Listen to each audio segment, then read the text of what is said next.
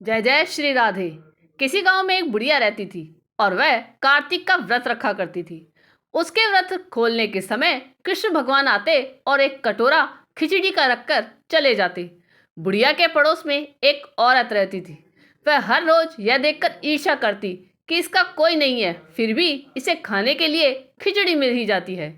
एक दिन कार्तिक महीने का स्नान करके बुढ़िया गंगा गई। पीछे से कृष्ण भगवान उसका खिचड़ी का कटोरा रख गए। पड़ोसन ने जब खिचड़ी का कटोरा रखा देखा और देखा कि बुढ़िया नहीं है, तब वह कटोरा उठाकर घर के पिछवाड़े फेंक आई।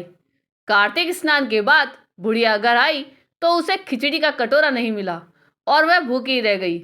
बार बार एक ही बात कहती कि कहाँ गई मेरी खिचड़ी और कहाँ गया मेरा खिचड़ी का कटोरा।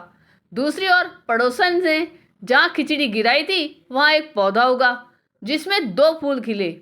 एक बार राजा उस ओर से निकला तो उसकी नज़र उन दोनों फूलों पर पड़ी और वह उन्हें तोड़कर घर ले आया। घर आने पर उसने वह फूल रानी को दिए, जिन्हें सूंघने पर रानी गर्भवती हो गई।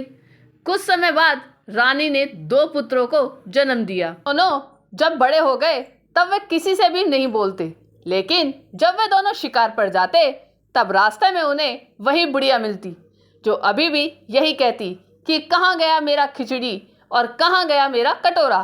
बुढ़िया की बात सुनकर वे दोनों कहते, हम हैं तेरी खिचड़ी और हम हैं तेरा बेला। हर बार जब भी वे शिकार पर जाते तो बुढ़िया यही बात कहती और वह दोनों वही उत्तर देते। एक बार राजा के कानों में ये बात पड़ गई। उसे आश्चर्य हुआ कि दोनों लड़के किसी से नहीं बोलते, तब यह बुढ़िया से कैसे बात करते हैं।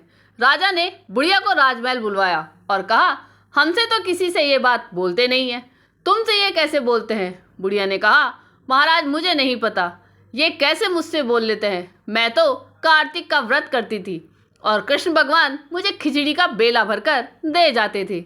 एक दिन मैं स्नान करने के वापस आई तो मुझे खिचड़ी नहीं मिली। जब मैं कहने लगी कहाँ गई मेरी खिचड़ी और कहाँ गया मेरा बेला, तब इन दोनों लड़कों ने कहा कि तुम्हारी पड़ोसन ने तुम्हारी खिचड़ी फेंक दी थी तो उसके 2 फूल बन गए। वह फूल राजा तोड़ कर ले आया और रानी ने सूंघा तो हम 2 लड़कों का जन्म हुआ। हमें भगवान ने ही तुम्हारे लिए भेजा है। सारी बात सुनकर राजा ने बुढ़िया को महल में ही रहने को कहा। हे कार्तिक महाराज, जैसे आपने बुढ़िया की बात सुनी वैसे ही आपका व्रत करने वालों की भी सुनना।